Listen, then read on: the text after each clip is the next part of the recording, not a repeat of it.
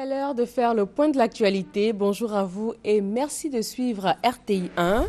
Le président gabonais Ali Bongo a quitté Abidjan hier soir. Il est venu prendre part à la cérémonie d'investiture du candidat du Rassemblement des Oufouettistes pour la paix RHDP. Il a été raccompagné à l'aéroport par le ministre d'État Moussa Dosso. Il est donc officiellement l'unique candidat du Rassemblement des Oufouettistes pour la paix RHDP.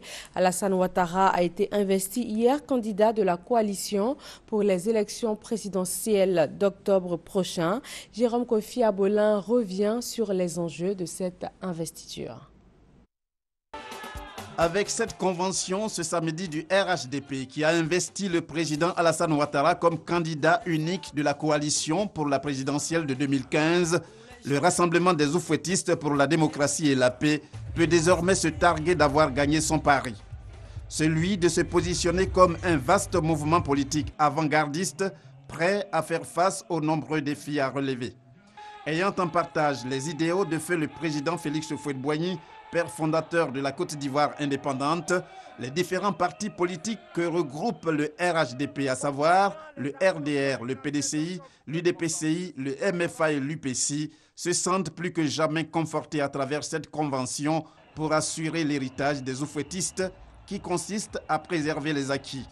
Les acquis comme la paix, la sécurité, la cohésion sociale, l'union, le vivre ensemble, gage de la démocratie qui elle-même constitue un préalable à tout développement. Pour le RHDP, qui mieux que le président Alassane Ouattara peut faire de la Côte d'Ivoire un grand pays, un pays qui travaille et qui gagne. Le Rassemblement des Oufouettistes pour la démocratie et la paix, sous la clairvoyance du président Henri Konan Bédié, pour l'avoir investi comme son candidat unique, a compris qu'Alassane Ouattara est le champion qu'il faut à la place qu'il faut.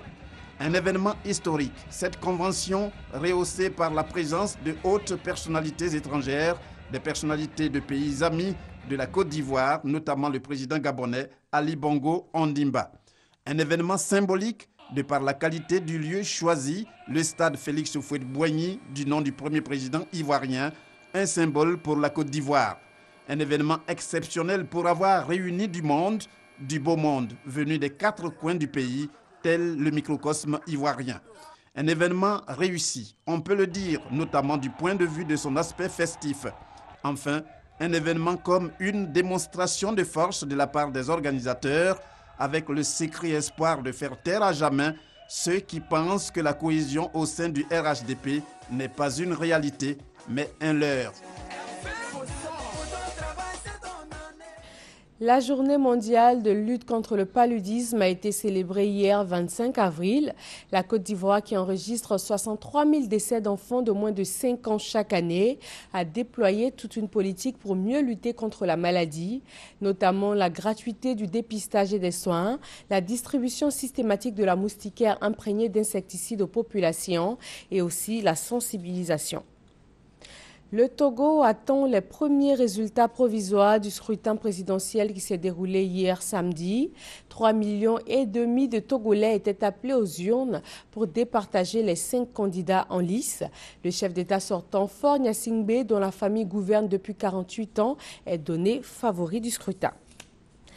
Au Burundi, ce n'est pas encore les élections, mais des manifestations ont lieu ce dimanche pour dénoncer la candidature du président sortant.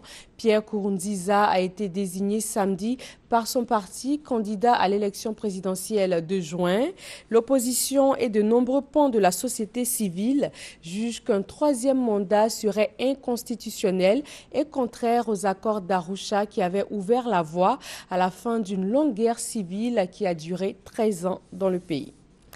Nouveau séisme au Népal ce matin. Celui d'hier a fait au moins 2000 morts et plus de 4000 blessés selon le dernier bilan encore provisoire. Et c'est une course contre la montre pour venir en aide aux personnes encore coincées sous les décombres de bâtiments. Les autorités lancent un appel à l'aide internationale. Et voilà qui met fin à ce Flash Info. Merci d'être resté avec nous. L'information revient à 13 h. Excellent dimanche sur RTI 1.